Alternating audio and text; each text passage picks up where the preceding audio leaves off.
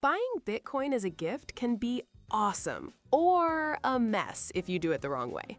Most Bitcoin gifts fail for two reasons: access gets lost, or expectations get weird. The single most important rule is that the safest gift is one where they end up in control, and you don't stay their custodian. There are three safe ways to do this. The best one depends on how comfortable they are. For most beginners, the cleanest gift is option A. Give them money, plus your guidance. They buy it under their own name, with their own access.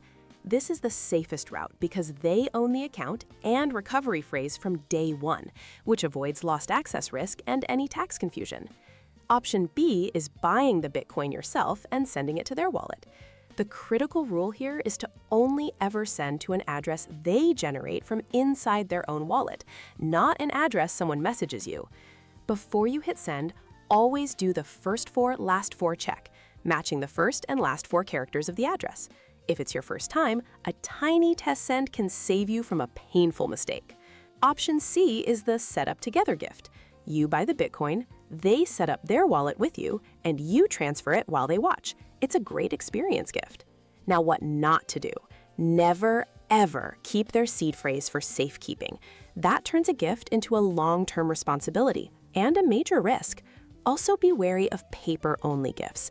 They look nice, but they can fail in real life, lost, damaged, or simply misunderstood. Finally, set the right tone. Be clear. Bitcoin is volatile. This isn't a get-rich-quick ticket. It's a long-term gift idea. Include a short note that says, "This is for the long term, never share your seed phrase, and you'll help them set it up." So for most beginners, the best path is clear. Gift the money and guide them through buying and setting up their own wallet safely. That's how you give a gift that actually lasts.